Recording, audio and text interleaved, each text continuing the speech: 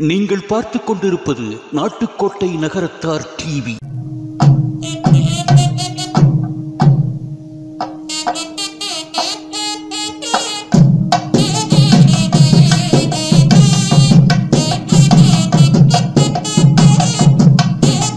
விளக்கேற்றி வைக்கிறோம், விடிய விடிய எரியட்டும். நடக்க போகும் நாட்கள் எல்லாம் நல்லதாக நடக்கட்டும், நல்லதாக நடக்கட்டும், நடக்கட்டும்.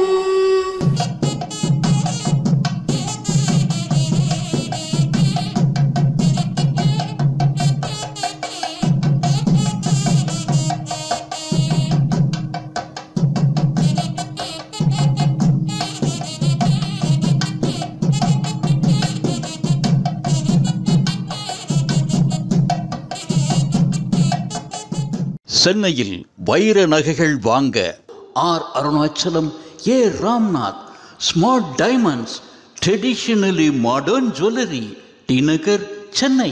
ஆன்மீக ஆனந்தம் தரும் சிவம் திருநீர் அணிந்து சிந்தை குளிர்வீர்.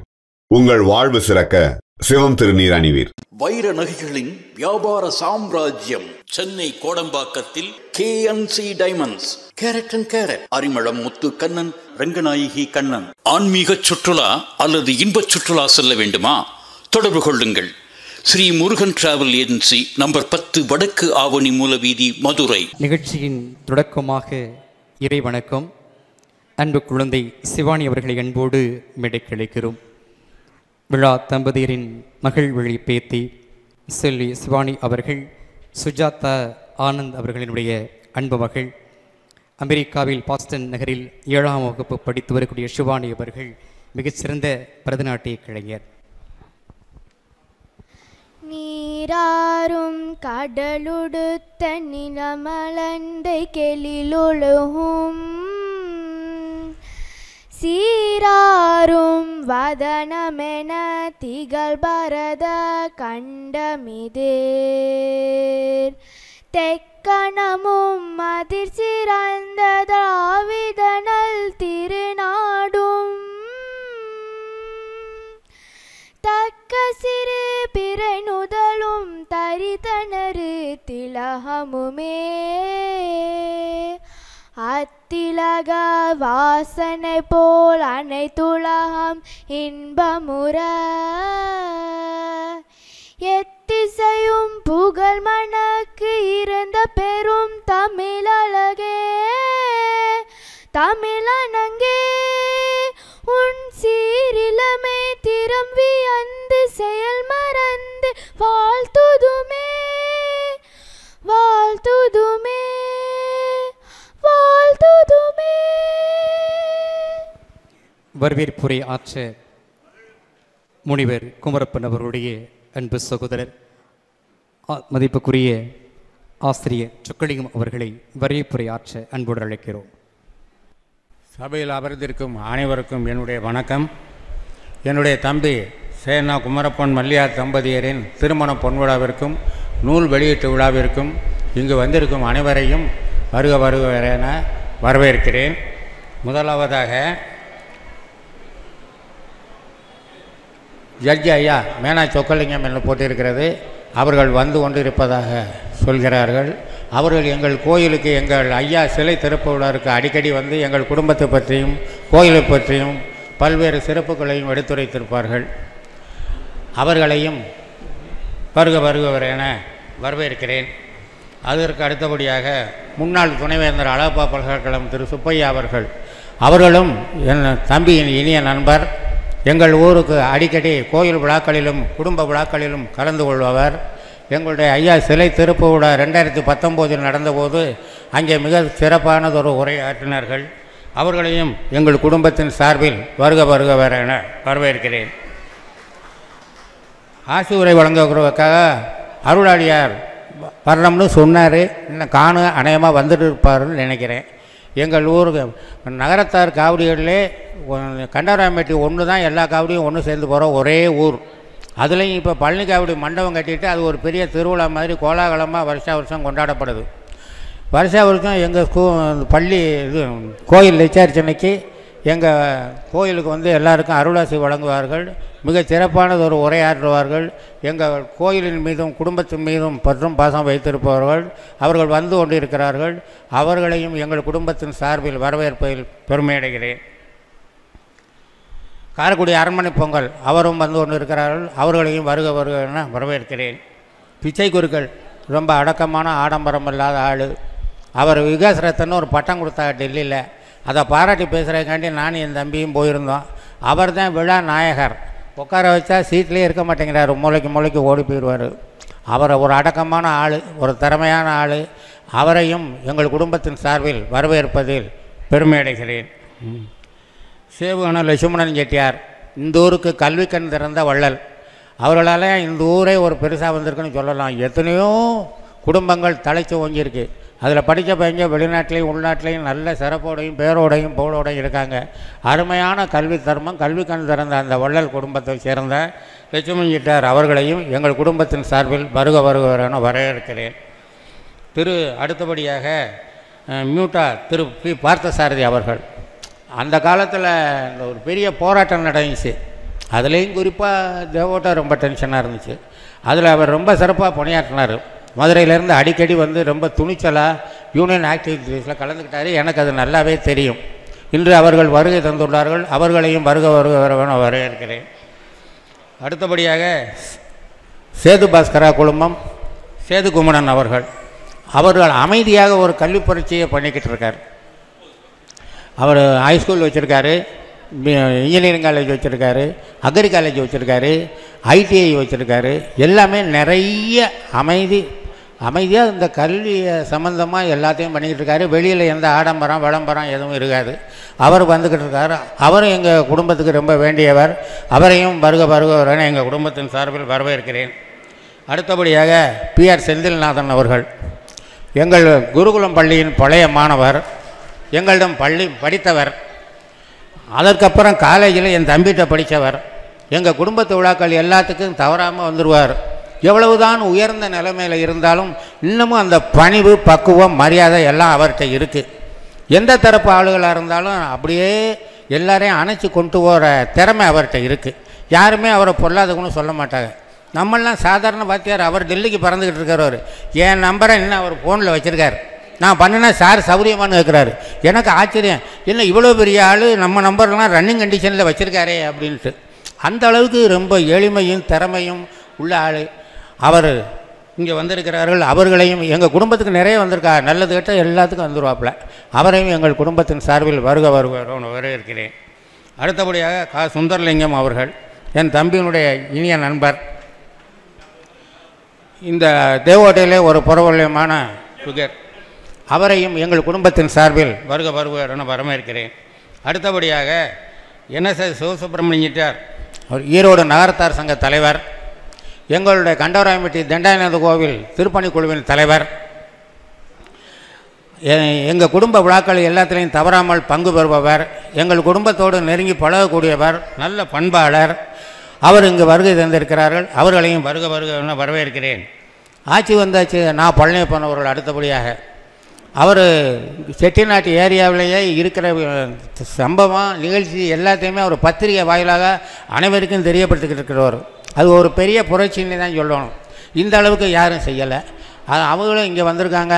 அவங்களையும் எங்கள் குடும்பத்தின் சார்பில் வருக வரவேற்கிறேன். டாக்டர் கரு முத்தையா அவர்கள். அவர் ஆராய்ச்சி கட்டுரையில் நிறைய எழுதியிருக்கார். என்னுடைய நண்பரும் கூட, என்னுடைய தம்பியின் இனிமேல் நண்பரும் கூட நல்ல பழக்கப்பட்டவர்.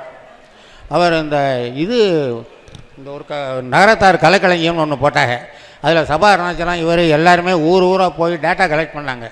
எந்தெந்த ஊரில் யார் ரோடு போட்டிருக்கா, கோயில் கட்டியிருக்கா, குளம் வெட்டியிருக்கா, பள்ளிக்கூடம் வச்சுருக்கா, எல்லாத்தையும் அந்த டேட்டா பூரா கலெக்ட் பண்ணி நகரத்தார் கலைக்களஞ்சியம்னு போடுறதுக்கு எல்லோரும் ரொம்ப உறுதுணையாக வேலை பார்த்தாங்க.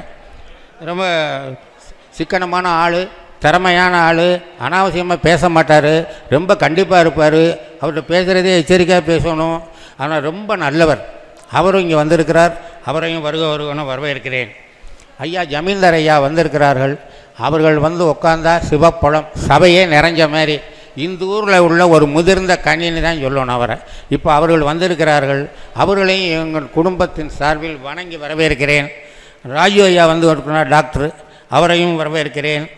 முன்னாள் தாக்கோட்டை ஒன்றிய பெருந்தலைவர் முத்தாமலிங்கன் வந்திருக்கிறார்கள், அவரையும் வருக வருக வரவேற்கிறேன். அப்புறம் அவருடைய கல்லூரி நண்பர்கள் நிறைய பேர், அருணாச்சலம் மற்ற எல்லோரும் வந்திருக்காங்க. ஏன்னா நிறைய பேர் இருக்கிறதுனால தனித்தனியாக சொல்ல முடியலை. அனைவரையும் வருக வருவன வரவேற்கிறேன். ஐயா வணக்கம். மாண்புமிகு நீதியரசர் சொக்கலிங்கம் அவர்கள் வந்திருக்கிறார்கள், அவர்களை அன்போடு நாம் வரவேற்கின்றோம். மாண்புமிகு நீதியரசர் ஜட்ஜி ஐயா சொக்கலிங்கம் அவர்கள் வந்து விட்டார்கள். அவர்கள் எங்கள் ஐயா சிலை திறப்பு விழா நடந்து கொண்டு இருக்கும்போது அங்கே அவரை கூப்பிட்றதுக்காண்டி நான் காரைக்குடிக்கு போயிருந்தேன். அவங்க வீட்டுக்கு எங்கள் குடும்பத்தை பற்றி ஏதாவது விவரம் தெரிஞ்சுக்கணுன்னா எங்கள் கும்பாபிஷேகம் மலர் ஒன்று இருக்குது. நான் என் தம்பியெல்லாம் நிறைய ஆர்டிக்கிள் அதில் எழுதியிருக்கோம். 10 நாள் அப்படியே அந்த கோயம்புத்தூர்லேயே அங்கேயே ப்ரெஸ்ஸிலே இருந்து அதை தயார் பண்ணி ஒரு பெரிய புக்லெட்டு, அதில் நான் ஒரு கட்டுரை எழுதியிருக்கேன் எங்கள் ஐயா பற்றி. அரமனை செம்மல் சொக்கலிங்கிட்டார். கோயில் விவரம், எங்கள் குடும்ப விவரம், ஊர் விவரம் எல்லாமே இதில் இருக்குது. நீங்கள் படித்து பார்த்துக்கோங்க, வேணா ரெஃபரன்ஸுக்கு வச்சுக்கிறேங்கன்னு சொல்லி கொடுத்துட்டு வந்துட்டேன். அதுக்கப்புறம் அங்கே சில திறப்புழாவுக்கு வந்திருக்கும்போது பேசிக்கிட்டே இருக்காங்க. எனக்கே ஆச்சரியமாக இருந்துச்சு. எங்களுக்கே எங்கள் குடும்ப விஷயம் இவ்வளோ இருக்கான்னு தெரியலை. அவ்வளவு நுணுக்கமாக அதை பூரா அலசி ஆராய்ச்சி பண்ணி தங்குதடை இல்லாமல் எந்த குறிப்பும் இல்லாமல் மடதிறந்த வெள்ளம் மாதிரி விழுந்துக்கிட்டே இருக்குது. கிட்டத்தட்ட 1 மணி நேரம் பேசியிருப்பார். அப்போ தான் அவர் சொன்னார், உங்கள் ஐயா ரொம்ப கெட்டிக்காரரு, ரொம்ப புத்திசாலி பொறுக்கு. நாங்கள்லாம் சட்டத்துறையில் இருக்கிறவங்க, எங்களை விட புத்திசாலியாக இருக்கார் இந்த சொக்கலிங்கிட்டார். அவர் கண்டாராமட்டிலேருந்து திருப்பத்தூர் வரைக்கும் ரோடு போட்டதோடு இல்லாமல் 2 பக்கம் புளிய மரம் வச்சு வளர்த்துருக்காரு. அதை அரசாங்கத்தில் ஒப்படைக்கும் போது ரோடு ஒப்படைச்சாச்சு, மரம் ஒப்படைச்சாச்சு, எந்த விதமான அதில் உரிமையும் நம்ம கொண்டாட முடியாது. ஆனால் அந்த மரத்தினுடைய மேம்பலன் மட்டும் நாங்கள் பரம்பரையாக அனுபவிச்சுக்கலாம் அப்படிங்கிற ஒரு கண்டிஷனில் ஒப்படைச்சிருக்காரு. அதான் அவங்க சொன்னாங்க, அப்போ அது எப்படி மரமே சொந்தம் இல்லைங்கிறது, அப்புறம் பழம் எப்படி சொந்தமாகும், எவ்வளோ கெட்டிக்காரத்தனமாக அதில் ஒப்படைச்சிருக்காங்க, அந்த காலத்தில் இவர் நுணுக்கமாக செயல்பட்டிருக்காருன்னு சொன்னாங்க. அந்த 1 மணி நேரமும் ஒரு சொல்லு கூட வேஸ்ட் இல்லை, நல்ல டெப்த் இருக்குது. அது எப்படி தான் கிரகிச்சுக்கிட்டாரோ தெரியல. அந்த புக்கை பார்த்து இப்படி தான் நான் நினச்சிக்கிட்டேன், நாளைக்கு தீர்ப்பு வழங்கணும்னா இன்றைக்கி ராத்திரி பூரா அலசி ஆராய்ச்சி பண்ணி மூளையை போட்டு கசக்கி பாப்பா போட்டுருக்கு அப்படின்ட்டு. அவர் ரொம்ப பெரிய ஆள், நான் ரொம்ப சாதாரண ஆசிரியர். ஆனால் மனசார பாராட்டினேன் அவர் இறங்கி வரும்போது. ஆண்டவன் உங்களுக்கு அபரிமிதமான அறிவாற்றலையும் நினைவாற்றலையும் கொடுத்துருக்கேன், நீங்கள் ரொம்ப நாளைக்கு நல்லா இருக்கணும்னு அவர்கிட்ட வேண்டிக்கிட்டேன். அவர் நினைவு இருக்கா இல்லை எனக்கு தெரியலை. அந்த அளவுக்கு ஒரு திறமையான ஆள், புலமையான ஆள். அவரையும் எங்கள் குடும்பத்தின் சார்பில் வருக வரவேற்பதில் பெருமை கொள்கிறேன். எங்களை வளர்த்த ஆளாக்கிய முழுமுதற் கடவுளாம் கண்கண்ட தெய்வம் எங்கள் தாய் தந்தையரை இந்த நேரத்தில் வணங்கி, எல்லோரையும் இங்கு வந்திருக்கக்கூடிய எங்கள் ஊரில் இருந்து நகரத்தார் பெருமக்கள் வந்திருக்கிறார்கள், நண்பர்கள் வந்திருக்கிறார்கள், உறவினர்கள் வந்திருக்கிறார்கள், அறிஞ்சவங்க தெரிஞ்சவங்க, சான்றோர் வாங்கோர், பெரியவர், தாய்மார்கள், குழந்தைகள், உங்கள் அத்துணை பேரையும் எங்கள் குடும்பத்தின் சார்பாக இருகரங்குப்பை வரவேற்பதில் பெருமை அடைகிறேன். நன்றி, வணக்கம்.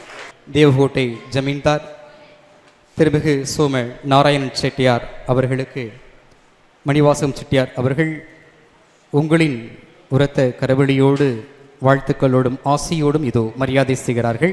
உரத்த கரவெளியோடு நம்முடைய ஜமீன்தார் சோம நாராயண் செட்டியார் அவர்களுக்கு அவர்களை வணங்கி நாம் வாழ்த்துவோம். மாண்புமிகு நீதி அரசவர்களுக்கு ஆசிரியர் சொக்கலிங்கம் அவர்கள் இதோ உங்களின் உரத்த கரவெளியோடு மரியாதை செய்கிறார்கள். நீதி அரசர்களுக்கு மரியாதைக்குரிய துணைவேந்தர், முன்னாள் துணைவேந்தர் சுப்பையா அவர்களுக்கு, விழாவினுடைய நாயகன் தமிழ் செம்மல் குமரப்பன் அவர்கள் இதோ மரியாதை செய்கிறார்கள். தொடர்ந்து மூட்டா அன்பு தோழர் பார்த்தசாரதி அவர்களுக்கு அன்பிற்கினிய மணிகண்டன் அவர்கள் இதோ மரியாதை செய்கிறார்கள். நம்முடைய முனிவர் குமரப்பன் அவர்களுடைய அன்பு புதல்வர் மூட்டா பார்த்தசாரதி ஐயா அவர்களுக்கு இது மூத்த மகள் மணிகண்டன் அவர்கள் இதோ மரியாதை செய்கிறார்கள். பெருமைக்குரிய NSS சிவசுப்ரமணிய செட்டியார் அவர்களுக்கு அன்பிற்கினிய ஆனந்த் அவர்கள் இதோ மரியாதை செய்கிறார்கள். இந்த 50ஆம் ஆண்டு திருமண பொன்விழாவிலே கரவொலி எழுப்பி நாம் அவர்களுக்கு தொடர்ந்து மரியாதை செய்வோம். மரியாதைக்குரிய நாவண்ணா பழனியப்பன் அவர்களுக்கு எம் அடைக்கலப்பன் அவர்கள் இதோ மரியாதை செய்கிறார்கள். மரியாதைக்குரிய பழனியப்பன் அவர்களுக்கு அடைக்கப்பன் அவர்கள் இதோ மரியாதை செய்கிறார்கள். கரு முத்தையா அவர்களுக்கு முத்துக்குமார். மதிப்புக்குரிய என்எஸ் மணிவாசகம் அவர்களுக்கு திருமிகு நாச்சியப்பன் அவர்கள் இதோ மரியாதை செய்கிறார்கள். வரவேற்புரை ஆற்றிய ஆசிரியர் சொக்கலிங்கம் அவர்களுக்கு மணிகண்டன் அவர்கள் மரியாதை செய்கிறார்கள். செந்தில்நாதன் அவர்களுக்கு மாணிக்கராஜா அவர்கள் இதோ மரியாதை செய்கிறார்கள். நமது மதிப்புக்குரிய சட்டமன்ற உறுப்பினர் பி ஆர் செந்தில்நாதன் அவர்களுக்கு மாணிக்கராஜா அவர்கள் இதோ நினைவு பரிசு வழங்கி மரியாதை செய்கிறார்கள். நூல் வெளியீட்டு விழா. அறிஞர் பெருமக்கள், ஆந்தோர் பெருமக்கள், எழுத்தாளர்கள், படைப்பாளிகள் நிறைந்த தீபகோட்டை மண்ணில் என் வாழ்க்கை பயணம் என்கின்ற நூல் வெளியீடு. வள்ளல் பெருமக்கள் நிறைந்திருக்கக்கூடிய தேவகோட்டையில் எந்த பதிப்பகத்தில் யார் நூலை வெளியிட்டாலும் அவர்களுக்கு தொடர்ந்து உதவக்கூடிய வள்ளல் பெருமக்கள் நிறைந்திருக்கக்கூடிய இந்த தேவகோட்டை சீமையில் என் வாழ்க்கை பயணம் என்கின்ற நூலை வெளியிட்டு சிறப்பிப்பதற்காக மதிப்பிற்கும் மரியாதைக்கும் உரிய நீதி அரசர் இங்கே விழாநாயகன் அவர்கள் மேடைக்கு வரவும், ஆட்சி மல்லிகா அவர்கள் மேடைக்கு வரவும், மரியாதைக்குரிய நீதி அரசவர்கள் நூலை வெளியிட மரியாதைக்குரிய அழகப்பா பல்கலைக்கழகத்தினுடைய மேலாள் துணைவேந்தர் அவர்கள் இந்த நூலை பெற்றுக்கொண்டு சிறப்பிக்கிறார்கள். நீதி அரசவர்கள் என் வாழ்க்கை பயணம் என்கின்ற சிறப்பான நூலை வெளியிட அழகப்பா பல்கலைக்கழகத்தினுடைய மேலாள் துணைவேந்தர் சுப்பையா அவர்கள் நூலை பெற்றுக்கொண்டு சிறப்பு செய்திருக்கிறார்கள். அறிவுச் சுரங்கத்தின் திறவுகோள் நூல்கள், அந்த சிறப்பான நூலை வெளியிட்டு இங்கே சிறப்பு செய்திருக்கிறார்கள்.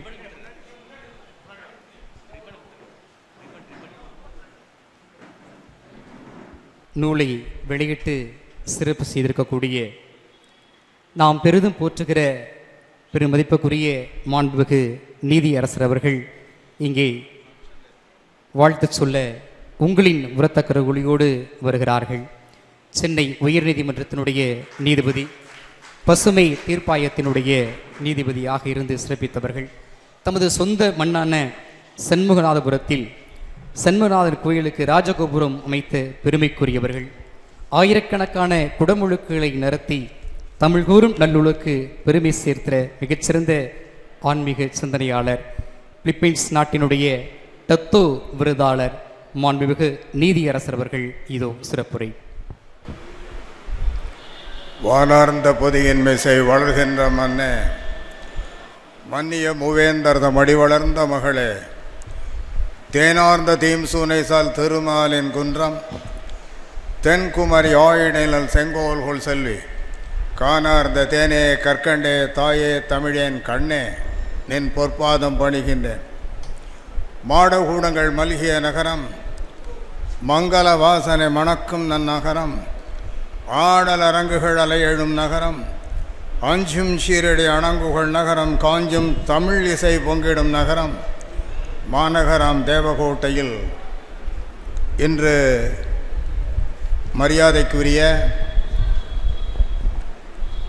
முனைவர் தமிழ்ச்செம்மல் பேராசிரியர் குமரப்பன் அவர்கள் தம் வாழ்க்கை துணை நலம் மல்லிகா ஆட்சியோடு திருமணமாகி 50 ஆண்டு காலம் தன் வாழ்க்கை பயணத்தை பல்கலைக்கழகத்திலே நடத்தி இப்போது அதை நினைவு கொள்கின்றவாறு கடந்த கால நினைவுகளை எல்லாம் ஒன்றாக கூட்டி என் வாழ்க்கை பயணம் என்று ஒரு அரிய நூலை எழுதி அதற்கு ஒரு விழா எடுத்து அந்த விழாவில் அனுபவத்தில் சிறியவன் எனக்கும் ஒரு வெளியிடுகின்ற வாய்ப்பினை கொடுத்து அதை மரியாதைக்குரிய அழகப்பா பல்கலைக்கழகத்தின் துணைவேந்தர் பெற்றுக்கொள்கின்றவாறு ஒரு நிகழ்வை ஏற்படுத்தி தந்தமைக்கு முதலில் பேராசிரியர் குமரப்பன் அவர்களுக்கும் அவர் குடும்பத்தார் அவர்களுக்கும் என்னுடைய சிறந்தாழ்ந்த வணக்கங்கள். மேடையில் அமர்ந்தவர்களை பற்றிய ஒரு சிறு வார்த்தைகள். இங்கு இதை பெற்றுக்கொள்ள வந்து பெற்றுக்கொண்டு சிறப்பு செய்த டாக்டர் பல்கலைக்கழகத்தின் துணைவேந்தர் சுப்பையா அவர்களை காட்டிலும் இதை பெற்றுக்கொள்வதற்கு ஒரு தகுதி படைத்தவர் யாரும் இருக்க முடியாது என்பது என் கருத்து. ஏனென்றால் குமரப்பன் அவர்கள் தேவகோட்டையில் அண்ணாமலை கலைக்கல்லூரியில் துணை முதல்வராக இருந்து பதவி ஓய்வு பெற்றவர். டாக்டர் சுப்பையா அவர்கள் பல்கலைக்கழகத்தின் துணைவேந்தர். ஒரு பல்கலைக்கழகத்தின் துணைவேந்தர் அதை வந்து பெற்றுக்கொள்ள வேண்டுமென்றால் அதை எழுதியவர், இருக்கக்கூடிய விஷயங்கள் அவை அனைத்தும் பொருத்தமாக தகுதி படைத்ததாக இருக்க வேண்டும். ஆகவே ஒரு தகுதிபால் நூலை தகுதியானவர் எழுதி அதை தகுதி படைத்தவர் ஒருவர் பெற்றுக்கொள்கிறார் என்பதுதான் இந்த விழாவிற்கு சிறப்பு. டாக்டர் சுப்பையா அவர்களுக்கு என்பால் என்ன நன்றி செலுத்த வேண்டுமென்றால், நான் அழகப்பர் கல்லூரியில் 1966-67 ப்ரீ யூனிவர்சிட்டி கோர்ஸும் 67 முதல் 70 வரை அழகப்பர் கல்லூரியில் பொருளாதார பிரிவில் படித்து 2 தங்க மெடல்கள் பெற்று வழக்கறிஞர் படிப்புக்கு சென்றவன். நான் பயின்ற காலத்தில் ஓராண்டு காலம் எனக்கு ஜூனியராக பயின்றவர் டாக்டர் சுப்பையா அவர்கள். ஆக மொத்தம் ஏக காலத்தில் நாங்கள் ஒன்றாக பயின்றவர்கள். அழகப்பர் கல்லூரிக்கு, அழகப்பர் பல்கலைக்கழகத்துக்கு அது பல்கலைக்கழகம் ஆகும் என்றோ அதற்கு துணைவேந்தர் ஆவார் என்றோ அவர் கனவிலும் கண்டதில்லை. நான் பயின்ற போது பொருளாதார பிரிவை பற்றி அவரை கேளுங்கள் சொல்லுவார். ஏனென்றால் அவர் ஆர்ட்ஸ் பக்கமே வந்ததில்லை. அவர் சயின்ஸ் குரூப் படித்தவர். ஆர்ட்ஸ் குரூப்பில் இருக்கின்ற பொருளாதாரம், எக்கனாமிக்ஸ், இதெல்லாம் அரசியல், இது இருக்கின்ற மாணவர்கள் அந்த ஃப்ரீடத்தை கொஞ்சம் அதிகமாக என்ஜாய் பண்ணுவார்கள். அவர்கள் வேறு விஷயம் செய்வார்ன்னு நான் சொல்ல தயார், ஏன்னா நானும் அங்கு பயின்றவன். ஆகவே கல்லூரி முதல்வர் வந்திருக்கிறார், ஆனால் அது அவருக்கு தெரியும். கொஞ்சம் அதிகமாக சுதந்திரமாக இருப்பார்கள். நானும் ஒரு காலத்தில் கூட உயர்நீதிமன்ற நீதிபதியாக வருவேன்னு நினைத்ததே இல்லை, கனவு கூட கண்டதில்லை. இந்த சுப்பையா அவர்களை காரைக்குடி நகரமும் அழகப்பர் நிறுவனங்களும் கண்டிப்பாக பாராட்ட வேண்டும். ஏனென்றால் காரைக்குடி மாநகரம் இந்திய நாட்டினுடைய வரைபடத்தில் வந்தது டாக்டர் அழகப்பர் செட்டியாரால் தான். அதுவரையில் ஒரு கிராமத்துக்கு, ஏதாவது இந்திய வரைபடத்தில் காரைக்குடி என்ற ஊரே இருக்காது. இந்திய அரசு central electro chemical research institute ஏற்பாடு செய்வதென்றால் 200 ஏக்கர் நிலமும் 25 லட்சம் ரூபாயும் தர வேண்டும் என்று ஒரு அறிவிப்பு கொடுத்தார்கள். டாக்டர் அழகப்பர் செட்டியார் அவர்கள் நேருஜியோடு லண்டனில் பாரிஸ்டர் ஒன்றாக செய்தவர்.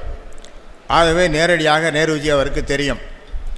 இந்த வாய்ப்பை பயன்படுத்தி கொள்ள வேண்டும் என்று ஓடோடி 200 ஏக்கர் நிலத்திற்கான பத்திரங்களையும் 25 லட்சம் ரூபாயும் கொண்டு சென்று காலை 6 மணிக்கு நேருஜியின் வீட்டு கதவை டாக்டர் செட்டியார் தட்டினார்.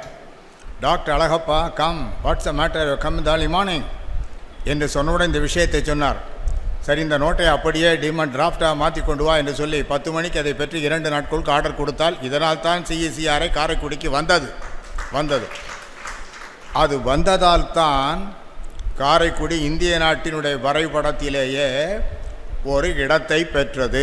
காரைக்குடிங்கிற பேர் அப்புறம் தான் அந்த வரைபடத்தில் வந்தது, அது வரைக்கும் இல்லை. அதே போன்ற ஒரு அருமையான செயல்களை எல்லாம் டாக்டர் சுப்பையா அவர்கள் செய்தார். எப்படி என்றால், இவர் வந்த பின்பு அழகப்பர் பல்கலைக்கழகம் பல சாதனைகளை படைத்து அகில இந்திய ரீதியில் ஒரு முத்திரை பதிக்கின்ற அளவுக்கு வந்து இந்திய நாட்டில் சொல்கின்ற அளவுக்கு ஒரு ரேங்க் ஸ்டேட்டஸுக்கு அது பெற்றது இவருடைய காலத்தில்தான்.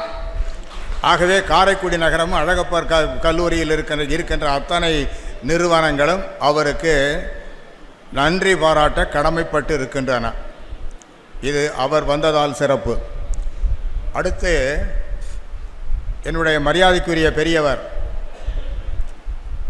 ஜமீன்தார் சோம நாராயண செட்டியார்கள் வந்திருக்கிறார்கள். அவர்கள் திரு அருட்செல்வர், 12 திருமுறையை அனைத்தையும் கரைத்தவர். அவர் வந்தால்தான் ஒரு விழாவிற்கு நிறைவு. எங்கள் ஊரில் இருக்கின்ற எந்த விழாவாக இருந்தாலும் அதில் அவரை முன்னிலைப்படுத்தித்தான் நாங்கள் நடத்துவது.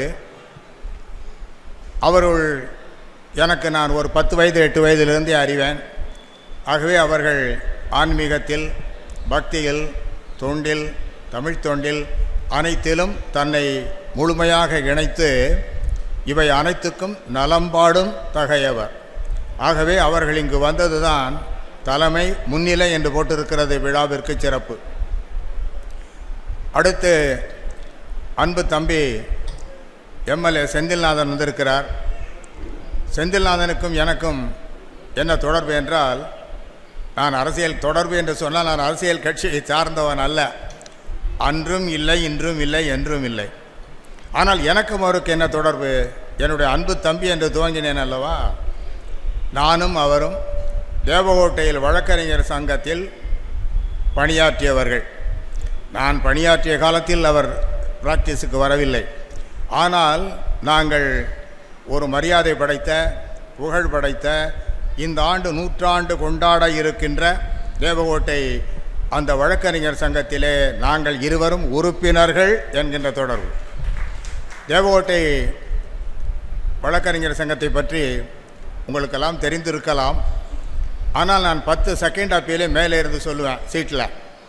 அந்த வக்கீல் எல்லாம் ஆச்சரியப்பட்டு நிமிந்து பார்ப்பாங்க. ஏன்னாட்டா ரொம்ப காம்ப்ளிகேட்டட் கொஸ்டின் ஆஃப் லாங்கர் தான் செகண்ட் அப்பீலுங்கிறது. ஒரு 10 அப்பீல், 8 அப்பீல், 11 அப்பீல் மேலே அப்படியே டிக்டேட் பண்ணிடுவேன். வக்கீலெல்லாம் கேட்பாங்க, இவ்வளவு பண்ணுறீங்களே ஒரு நாளைக்கு, ஆச்சரியமாக இருக்கே, எப்படி செய்யணும்? மேலே இருந்து என்ன பதில் சொல்ல, ஐம் ப்ராடக்ட் ஆஃப் தேவகோட்டை பார் அப்படி. அதான் எங்கள் தேவகோட்டை பார். அதிலிருந்து நாங்கள் 2 பேரும் வெளியே வந்திருக்கோம். ஏனென்றால் இங்கே இப்போ எம்எல்ஏ இருக்கார், அடுத்தடுத்து அவர் பதவிகளுக்கு வந்து கொண்டே இருப்பார். நாங்கள் பாராட்டி கொண்டே இருப்போம். அடுத்து அன்பு தம்பி என்னுடைய சகோதரர் KR முத்தையா வந்திருக்கிறார். அவர் தமிழ் பேராசிரியர். நகரத்தார்களை பற்றி நகரத்தார்களும் மற்றவர்களும் அறிந்து கொள்ளுகின்றவாறு பல்வேறு நூல்களை எழுதியவர், பல்வேறு கட்டுரைகள் எழுதியவர். பல விஷயங்களெல்லாம் நம்முடைய நகரத்தார் கலாச்சாரத்தை அனைவரும் புரிந்து கொள்ளுகின்றமாறு அவர் பல நூல்கள் எழுதி பெயர் பெற்றவர். அவர் விஷயத்தை கேட்டால் அதை பற்றி அழகாக எடுத்து சொல்லக்கூடிய அளவுக்கு அறிவு படைத்தவர். நன்றாக பேராசிரியர் இருந்தால் பல நூல்களை யாத்திருக்கிறார். அடுத்து சிவசுப்பிரமணியன் செட்டியார் வந்திருக்கிறார்கள். அவர்கள் குமரப்பன், பேராசிரியர் குமரப்பனுடைய குடும்பத்தைச் சேர்ந்தவர்கள். பேராசிரியர் குடும்பத்தில் 4 பிரான்ச்சு. அதில் ஒரு பிரான்ச் பேராசிரியர் குமரப்பனும் அவருடைய சகோதரர் வரவேற்புரை சொன்னவரும், NSS சிவசுப்பிரமணியன் செட்டியார் அவர்கள் ஒரு பிரான்ச்சை சேர்ந்தவர்கள். இவர்கள் தற்போது ஈரோடு நகரத்தார் சங்கத்தின் தலைவராக இருக்கிறார்கள். நீண்ட காலமாக நகரத்தார் சங்கத்தின் தலைவராக இருக்கிறார்கள். எத்தனையோ சாதனைகள் ஈரோடு நகரத்தார் சங்கம் சாதித்திருக்கிறது. சமீபத்தில் ஒரு 2-3-4 கோடி ரூபாய்க்கு ஒரு கட்டடம் கட்டினார்கள். அந்த கட்டடத்தை திறந்து வைக்கின்ற வாய்ப்பினை எனக்கு தந்தார்கள். நான் போய் பார்த்தேன். தமிழ்நாட்டில் நகரத்தார் இருக்கக்கூடிய கட்டிடங்களில் திருமண மண்டபம் அதுபோல் ஒன்று இதுவரைக்கும் கட்டப்படவில்லை. அதை அவருடைய சூப்பர்விஷனில் டைரக்டாக இருந்து கட்டினது. அதாவது ஒரு அறிவுஜீவி, ஆங்கிலத்தில் சேஸ்ட் இங்கிலீஷ் பேசுவார். பெரிய வெளியே பயின்றவர், ஆங்கிலத்தை வெளியில் பயின்ற, அதாவது எந்த ஒரு மொழியையும் அந்த மொழியாக அது ரசிக்க தகுந்தவரில் அது இருக்க தேவையான உச்சரிப்பு இருக்கணும். இங்கிலீஷுங்கிறது மேலே உட்காந்து பார்க்குற போது, அதாவது இங்கிலீஷாக பேசுபவர் மிக குறைவு. தமிழை தமிழாக, ஆங்கிலத்தை ஆங்கிலமாக, இந்தியை இந்தியாக, எந்த மொழியோ அந்த மொழியில் அவ்வாறு பேசணும். ஆங்கிலத்தை அழகான ஆங்கிலம் பேசுவார். எஸ்கால் சேஸ்ட் இங்கிலீஷ் அழகாக பேசுவார். ஒரு நல்ல ஞானம் படைத்தவர். நான் சாதாரணமாக இப்போ அவரை முதல்ல நான் வர்றபோது பார்க்கல, மேடையில் ஏறிட்டேன். இல்லைன்னா அவர் காலை தொட்டு கண்ணில் ஒத்திப்பேன். ஏனென்றால் நான் நீதிபதி என்பதை மறந்து விடுவது. பணியேன் ஒருவரை என் பத்மபாதம் பணிந்த பின்னே என்பதில் நான் ரொம்ப ஸ்ட்ராங்கு. ஐ ஆம் கான்ஷியஸ் ஆஃப் தி ஃபேக்ட். நான் உயர்நீதிமன்ற நீதிபதி என்பதிலே நல்ல தீர்க்கமான மனநிலை படைத்தவன். ஒருத்தர் காலத்தொட்டு கும்பிடணும்னா அவருக்கு அதுக்குள்ளே தகுதி இருக்கணும். என்னுடைய மரியாதைக்குரியவர் ஜமீன்தார், அதேபோல் என்னுடைய மரியாதைக்குரியவர் சிவசுப்பிரமணியன் செட்டியார். சிவசுப்பிரமணியன் செட்டியார் நல்ல விஷயார்த்தமானவர். அவர் பார்த்த உடனே இப்போ அவருக்கு போய்ட்டு விசாரித்து 2 பேரும் அங்கே ஃபோனில் பேசணும், ஒரு 1/2 hour பேசுவோம். ஏன்னா நான் பூரா விஷயத்தையும் அவரை தெரிஞ்சுக்குவேன். அதாவது வாழ்க்கையில் அனுபவம் தான் பெருசு. கண்ணதாசன் கேட்ட அனுபவம்னா என்னன்னு, கல்வி என்பது யாதன கேட்டேன் கற்றுப்பாரன் இறைவன் பணித்தான், படிப்பு என்பது யாதன கேட்டேன் படித்துப்பாரன் இறைவன் பணித்தான், காதல் என்பது யாதன கேட்டேன் காதலித்துப்பாரன் இறைவன் பணித்தான், மனையாள் சுகம் என யாதன கேட்டேன் மணந்துபாரன் இறைவன் பணித்தான், பிள்ளை என்பது யாதன கேட்டேன் பெற்றுப்பாரன் இறைவன் பணித்தான். இப்படி கேட்டுக்கிட்டே வந்தோன்னே கண்ணதாசனுக்கு கோவம் வந்துருச்சு கவிஞருக்கு. இவை அனைத்தும் அனுபவித்துத்தான் தெரிய வேண்டும் என்றால் நீ ஏன் என கேட்டேன். அருகில் வந்து இறைவன் சொன்னான், நான் தானே அனுபவம் என்றுன்னு. அனுபவம் தான் வாழ்க்கை. அவர்கிட்ட ஒரு 1/2 hour பேசுவேன். ஏகப்பட்ட விஷயத்தை நான் தெரிஞ்சுக்குவேன். அவர் கடைசியை எப்படி ஃபோன் வைப்பார் தெரியுமா? உங்களோட பேசுனா நான் ஏகப்பட்ட விஷயத்தை இன்றைக்கி தெரிஞ்சுக்கிட்டேன்னு அவர் சொல்லுவார். அது அடக்கத்தின் காரணமாக சொல்லுவது. நான் தான் தெரிஞ்சுக்குவேன். அப்படி ஒரு பெரியவர். அடுத்து ஆட்சி வந்தாட்சி பழனியப்பன் வந்திருக்கிறார். நகரத்தார்கள் அவர்களை பற்றி நீண்ட காலமாக அவர்களுக்கே தெரியாது. ஒரு 4-5 பத்திரிகைகள் வந்துக்கிட்டு இருக்கு, மாத இதழ். அதுலேருந்து தான் இப்போ தான் நகரத்தார்களை பற்றியே தெரியுது. அவர்கள் யார் என்று, எங்கெங்கே என்ன நடக்குது, யார் யார் என்ன போட்டி போட்டா, என்ன வெற்றி பெற்றா, இந்த விஷயங்கள்லாம் தெரியுது. அந்த இதழ்களில் முதலாக துவக்கப்பட்ட தனிமை, அடுத்து துவக்கப்பட்டது ஆட்சி வந்தாச்சு. ஆட்சி வந்தாச்சு ஒரு வெற்றிகரமான இதழ். யாரும் எல்லோரும் என்னை அவர்கள் புரிந்து கொள்ளுமாறு. இப்போது தேவகோட்டையினுடைய நகர சபை தலைவர் வருகிறார். இவர்கள் எல்லோரும் இங்கு வந்திருக்கின்ற இந்த இனிய பொழுதில் இங்கு என் மரியாதைக்குரிய பலர் எதிரில் இருக்கிறார்கள். ஒரு அருமையான விழா. இன்று இவர் திருமண வாழ்க்கையில் 50 ஆண்டு காலம் நடத்தியதை தொட்டு இந்த நூலை எழுதியிருக்கிறார். இவருக்கு 50 ஆண்டு காலம் திருமண விழா நடந்தது. திருமண விழா. இந்த விழாவை அவர் எங்கு நடத்தியிருக்க வேண்டும்? அவருடைய சொந்த ஊரான கண்டவராயம்பட்டியில் நடத்தியிருக்க வேண்டும்.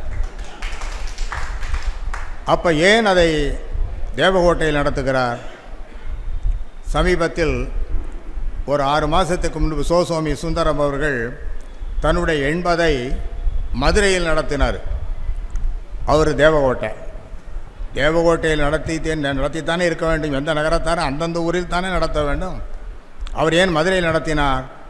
ஏனென்றால் அவர் தேவகோட்டையை சேர்ந்தவர், ஆனால் மதுரையை சார்ந்தவர். அதேபோல் குமரப்பன் அவர்கள் கிட்டத்தட்ட ஒரு 32 ஆண்டு காலம் தேவகோட்டையில் தன்னுடைய வாழ்க்கை பயணத்தை கல்லூரி அங்கே ஆசிரியராக துவங்கி துணை முதல்வர் ஆகின்ற வரையிலே இங்குதான் இருந்து தன் வாழ்க்கையை நடத்தியிருக்கிறார். ஆகவே தன்னுடைய வாழ்க்கையை சீராக்கி செம்மையாக்கி முறையாக்கி தன் வாழ்க்கைக்கு நலம்பாடிய ஒரு தேவகோட்டை என்பதை நன்றியாக நினைத்து இந்த ஊர் நடந்திருக்கிறார் என்பது பாராட்டத்தகுந்தது. நான் இப்போ தேவகோட்டை வருவேன். தேவகோட்டை வர்ற போது அந்த எங்கள் கோர்ட்டை கிராஸ் பண்ணுவேன். சப் கோர்ட், முனிசிபல் கோர்ட், அந்த ஜுடிஷியல் மேஜிஸ்ட்ரேட் கோர்ட். நான் இப்போ உயர்நீதிமன்ற நீதியெல்லாம் உணர்றேன். நேஷனல் கிரைம் ட்ரிபியூனல் கன்னியாகுமரியிலேருந்து காஷ்மீருக்கு ஜூரிஸ்டிக்ஷன் எல்லாம் இருந்தது. ஆனால் அந்த இடம் வர்ற போது, கார் கிராஸ் பண்ணுற போது என்னை அறியாமலே 2 கைகளை தூக்கி அந்த கோர்ட்டை பார்த்து கும்பிட்டுருவேன். ஏனென்றால் நான் 13.5 வருஷம் தொழில் செய்த போது என்னை ஆதரித்து காப்பாற்றியது அந்த நீதிமன்றங்கள் தானே. இந்த புத்தகத்தை எழுதினார். அதாவது எந்த ஒரு மனிதன் நேற்றைய வாழ்க்கையை நினைத்து பார்த்து இன்று தன்னுடைய கடமையை சரியாக ஆற்றுகிறானோ அவனுக்கு தான் நாளைக்கு பொழுது நன்றாக விடுகிறது. எந்த ஒரு மனிதன் நேற்றைய வாழ்க்கையை நினைத்து பார்த்து இன்று தன்னுடைய கடமையை சரியாக ஆற்றுகிறானோ அவனுக்குத்தான் நாளைக்கு பொழுது நன்றாக விடுகிறது. அதில் நான் தீர்க்கமான நம்பிக்கை படைத்தவன். நான் 8ஆம் வகுப்பு பயில்கின்ற போது தாரா அப்படின்னு ஒரு இங்கிலீஷ் பேஸ் படித்தேன். அதாவது பாரசீகத்தில் தாரான் ஒரு குறுநில மன்னன் பாரசீக சக்கரவர்த்தியின் கீழ் இருக்கிறான். காலையில் 10 மணிக்கு கோர்ட்டுக்கு வருவேன். கோர்ட்டுங்கிறது என்னட்டா அரச சபை. அந்த காலத்தில் கோர்ட்டு அரச சபை, இன்றைக்கி இந்த கோர்ட்டு. அரச சபைக்கு வந்த உடனே டக்குன்னு எல்லாம் சலாம்பேன். பக்கத்தில் ஒரு ரூம் இருக்குது. சாவியை போட்டு ரூமை திறப்பேன், உள்ளே போவேன். 5 நிமிஷம் 10 நிமிஷம் வெளியே வரமாட்டேன். வெளியே வருவேன், மறுபடியும் பூட்டிக்குவேன், சாவி இடுப்பில் சொருகிக்குவேன். இதை யாரோ பார்த்தவர்கள் ஷாவுக்கு லெட்டர் எழுதி போட்டேன். இதுக்குள்ள ஏதோ கொள்ளையடித்து வச்சுருக்கேன், தினசரி காலை வெரிஃபை பண்ணிவிட்டு வரான்ட்டேன். ஷா வந்தார், சபை ஆரம்பித்தது. அப்போவும் நம்மால் விடலை. டக்குன்னு ஒன்றான்னா சலாம் அப்படின்னு கையை காட்டினேன். எஸ்னார். போய் கதவை திறந்தேன், பூட்டினான், திரும்பி வந்து உட்காந்தேன். அவர் ஷா கேட்டார், அதை பார்க்கத்தானே அவர் வந்திருக்காரு. கேட்டார், அந்த ரூமில் என்ன இருக்குன்னார். இட் இஸ் மை பர்சனல் அப்படின்னா. திருப்பி கேட்டார், திருப்பியும் பர்சனல். ஐ வாண்ட் டு சீன்ட்டார், நான் பார்க்கணும்ட்டார். சக்கரவர்த்தி சொல்லுகின்ற போது எப்படி மறுக்க முடியும்? சரி வாங்கண்ணே. அந்த ரூம் வாசலுக்கு போனாங்க. வாசலுக்கு போகிற ஒரே ஒரு சின்ன வேண்டுகோள்னேன். என்னன்னாரு, நம்ம 2 பேர் மட்டும் உள்ளே போவோம்னா. 2 பேர் உள்ளே போனாங்க. 2 பேர் உள்ளே போனால் அந்த ரூம் எம்டி ரூம். அதில் ஒரே ஒரு சின்ன ஓலை பெட்டி. என்ன ஆச்சரியமாக கேட்டார். இதோட விஷயம் முடியலைன்னா. அப்போ ஃபர்தராக என்னன்னாரு, ஓலைப்பெட்டியை திறந்தேன். அதுக்குள்ளே ஒரு குச்சியும் ஒரு கந்தையும் இருந்தது. இது என்னன்னு கேட்டார். இதுதான் என்னுடைய வாழ்க்கையின் துவக்கம். இந்த கந்தையை கட்டி கொண்டு கையிலே குச்சியை வைத்து கொண்டு நான் ஆடு மேய்த்து கொண்டிருந்தேன். இந்த கதவை திறந்து இது 2ஐயும் பார்க்கிற போது என்ன சொல்லும், தாரா இதான் உடைய நேற்றைய வாழ்க்கை, மறந்து விடாதே என்று எனக்கு அவை உறுத்துகின்றன. அதை எடுத்துக்கொண்டு சபையிலே உட்கார்கிறேன். 5 மணி வரையிலே நீதியிலே சற்று கூட தலைக்காமல் சரியாக செய்துவிட்டு அரண்மனைக்கு உள்ளே போகிறேன் என்று சொன்னான் தாரா. அதான் நேற்றைய வாழ்க்கை. இப்போ என் வீட்டில் வந்து பார்த்தீங்கன்னா, மெட்ராஸ் வீட்டில் என்னுடைய ஒரு நாற்காலி வச்சுருக்கேன், சேர். அந்த சேர் வந்து மர நாற்காலி. அது வந்து நான் 13.5 ஆண்டுகள் வக்கீலாக இருந்தபோது என்னுடைய ஆஃபீஸில் போட்டிருந்த நாற்காலியை இப்போதும் வைத்திருக்கிறேன். அதில் உட்கார்ந்து தான் கோர்ட்டுக்கு புறப்படுவேன். அதில் உட்காந்து கோர்ட்டுக்கு புறப்பட்டு என் மனைவியே பேச முடியாது, டிரைவர் பேச மாட்டேன், ஒருத்தர் செக்யூரிட்டி பேச முடியாது. கோர்ட்டில் போய் அந்த சாமியை கும்பிட்டு அந்த பையை வச்சதுக்கப்புறம் யாரும் பேசுவாங்க. அதே போல் நீதிமன்றம் திரும்பி வரும், அதில் வந்து உட்காருவேன். ஏன் தெரியுமா, அந்த நாற்காலி என்னை பார்த்து சொல்லணும், Chokkalinga don't forget to estate life you go அப்படின்னு அந்த நாற்காலி என்னை பார்த்து சொல்வதை நான் உணர்கிறேன். அதுதான் வாழ்க்கை. இந்த புத்தகத்தை பற்றி, இந்த புத்தகத்தை குமரப்பன் எழுதுகின்ற போது என் வாழ்க்கை பயணம் ராஜபாட்டை அல்ல, முள்ளில் ரோஜா. இதான் புத்தகத்து வாழ்க்கை பயணம்னு எழுதியிருக்காரு. ஆனால் இதான் புத்தகத்துக்கு பேர். என் வாழ்க்கை ராஜபாட்டை இல்லை, முள்ளில் ரோஜா. இந்த புத்தகத்தில் இதில் 3-4 பகுதிகள். முதல்ல இவர் 1900 எனக்கு அவருக்கு பல ஒற்றுமைகளை பார்த்தேன். ஆகா, நம்மளை மாதிரியே இருக்காரு அப்படின்னு நினச்சேன். 1950 பிப்ரவரி மாதம் 16ஆம் தேதி பிறந்தார். இவர் ஸ்கூலில் வந்து 4 வயசு அண்டரேஜ். எப்படியும் உள்ளே கொண்டு ஸ்கூலில் தள்ளிட்டாங்க. தள்ளின உடனே என்ட்ரி போட்டாச்சு. அந்த அண்டரேஜிலே ஓடி இருக்கு. அண்டரேஜில் ஓடி எக்ஸாம் முடிச்சு கிடிச்சு ஒரு வழியாக வந்து காலேஜ் ப்ரொஃபஸர் ஆகிட்டார். அவனுடைய விளைவு என்ன தெரியுமா, 1949 போட்டதனுடைய விளைவு 1 வருஷம் 1 மாதம் அவருக்கு சர்வீஸ் கட்டு. கடைசி வரையில் கட்டோடு இருந்திருக்காரு. அதை ரெக்டிஃபை பண்ண விரும்பலை. என்னுடைய வாழ்க்கையை அடியேன் வாழ்க்கை அதே தான். நான் சின்ன வயசில் ஆறாவேல ரொம்ப சேட்டை பண்ணணும். ஆறாவேல வில்லேஜ் ஸ்கூல் மாஸ்டர், அவங்களுக்கெல்லாம் கொஞ்சம் அதிகாரம் அதிகம். கொண்டு வந்து போடு பார்த்துக்கிறேன்ட்டார். எங்கள் மதர் கொண்டு போய் போட்டாங்க. அப்போ 4 வயசு, அவரவர் 5 வயசுன்னு போட்டு அது கடைசி வரைக்கும் ஓடி 1 வருஷம் 2 மாதம் எனக்கும் சர்வீஸ் கட்டு. நான் அதை திருத்தி கொள்ள விரும்பவில்லை. ஏன் தெரியுமா, என்னுடைய சக நீதிபதிகள் சொன்னால் இப்போ ஒரு 5 வருஷம் வரைக்கும் மாற்றி போடலாம், இப்போ மாற்றிடணும். நான் என்ன சொன்னேன் தெரியுமா, இந்த தேதியை வச்சு 2 கோல்டு மெடல் வாங்கி வக்கீலாகி அரசாங்க வக்கீலாகி மாவட்ட செஷன்ஸ் நீதிபதி வரைக்கும் வந்துட்டேன். இனிமேல் அந்த தேதியை போய் திருத்தினா தலைவிதி மாறினாலும் மாறிடும். ஏன்னாட்டா பிரம்மன் போட்டதை காட்டில் நம்ம தலை வாத்தியார் போட்டால் தான் சரியாக இருக்கும் போல் இருக்குது. அப்போ இதை வச்சே ஓட்ட வேண்டியன்னு கடைசி வரைக்கும் வெளியே வந்தேன். ஆனால் தேதியை திருத்தி கொண்டு 1 வருஷம் 2 மாதம் பெறுவதற்கு நான் விரும்பவில்லை. அதே தான் குமரப்பன் செய்திருக்கிறார். 1950 பிறந்தார். அங்கே இருக்க அவருடைய கண்டவராயம்பட்டியில் எலிமெண்ட்ரி ஸ்கூலில் படித்தார். அப்புறம் ஆவண்ணா தெக்கூரில் படித்தார். அதுக்கப்புறம் சீதையம்மாள் காலேஜில் படித்தார், திருப்பத்தூரில் படித்தார். இதெல்லாம் காலேஜ் முடித்தார். அது முடித்ததுக்கப்புறம் அண்ணாமலை யூனிவர்சிட்டி போனார், அங்கே எம்எஸ்சி படித்தார். படித்ததுக்கப்புறம் வெளியே வந்தார். வெளியே வந்து தேவகோட்டை காலேஜில் சேர்ந்தார். இது இவருடைய படிப்பு. இதுக்கப்புறம் வெளியே வந்ததுக்கப்புறம் 73 திருமணம் ஆகணும். எல்லாம் முயற்சி பண்ணாங்க.